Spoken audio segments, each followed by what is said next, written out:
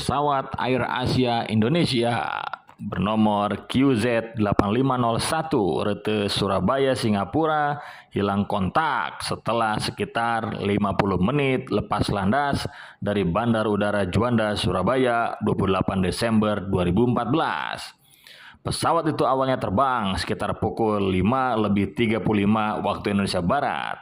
Kemudian dilaporkan hilang kontak saat berada di Airway 5635 pukul 6:18 waktu Indonesia Barat.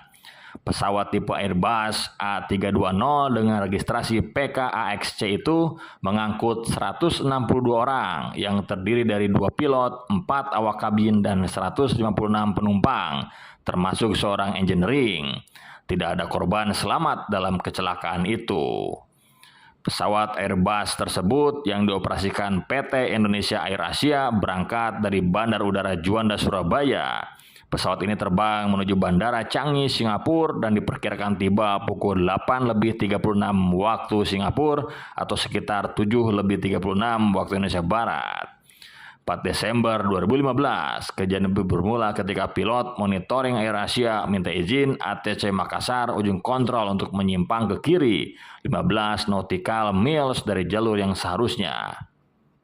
Izin ini diminta karena menghindari awan cumulonimbus, awan tebal yang harus dihindari. ATC Makassar memberi izin. Pesawat itu pun terbang dengan ketinggian jelajah 32.000 kaki di atas permukaan laut. Ketika pesawat memasuki ruang udara yang dikontrol oleh ATC Jakarta, pilot sudah memberitahu bahwa rute mereka sedikit menyimpang untuk menghindari awan. Ia juga minta izin untuk menaikkan ketinggian hingga 38.000 kaki. ATC Jakarta memberikan izin untuk menaikkan ketinggian jelajah pesawat tetapi hanya 34.000 kaki. Namun setelah memberikan izin, tidak ada awak pesawat yang merespons. Ketika dikontak oleh pesawat lain yang ada di dekatnya, Air Asia QZ8501 masih tidak merespons. Air Asia QZ8501 dinyatakan hilang kontak pukul 6:18 waktu Indonesia Barat. Berdasarkan kedipan posisi dan rekaman data, pesawat terdeteksi berada di ketinggian 28.000 kaki di sebelah tenggara Pulau Belitung, Selat Karimata.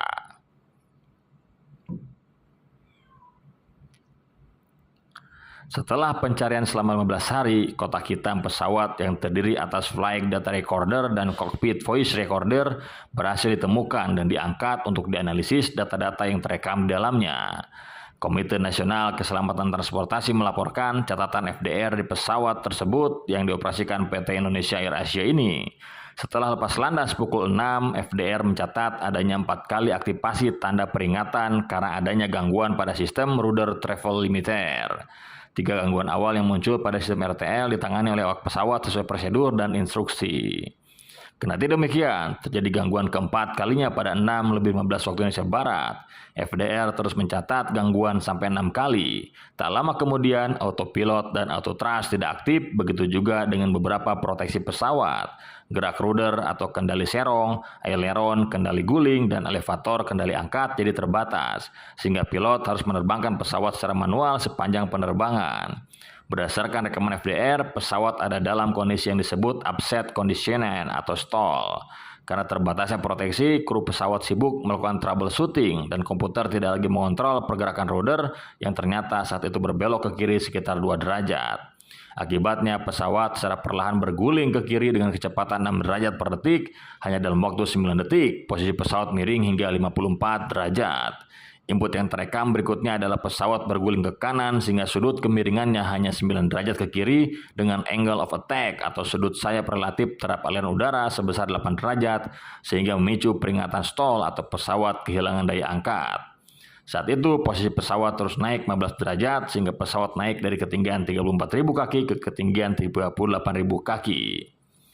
Pesawat susah dikendalikan dan mulai kehilangan daya angkat hingga akhirnya Air Asia jatuh bebas tanpa kendali dari ketinggian 38.000 kaki dengan kecepatan vertikal antara 12.000 kaki hingga 20.000 kaki per menit atau 4.000 sampai 6.000 meter per menit.